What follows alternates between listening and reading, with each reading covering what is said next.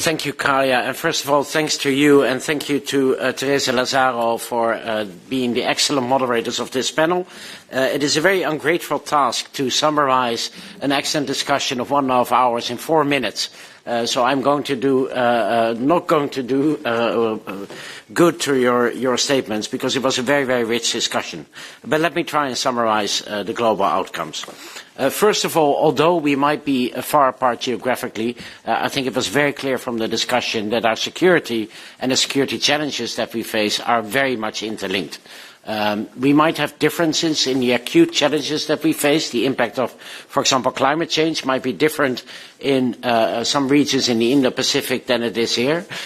Some regions face piracy, others face regional conflicts. Here in Europe, of course, we have a full-scale war of aggression of Russia against Ukraine. But many, many, many of the security challenges are shared and are global.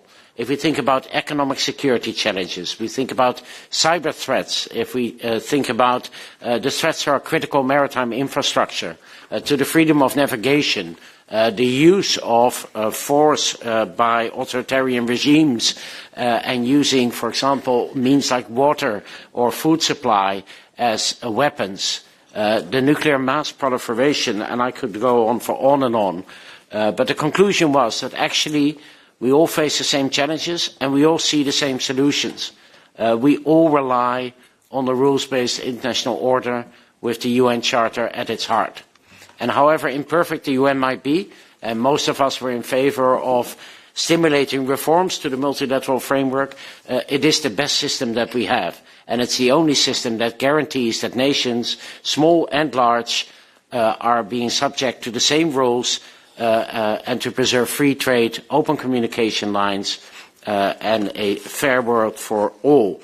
So, in summary, I think we leave after today, but in the knowledge that we are connected in many, many ways, and that we need each other in order to solve the challenges that we face collectively as advocates for a free and rules-based international order that binds us and is the only guarantee to our common security. So I'll leave it at that, Kaja.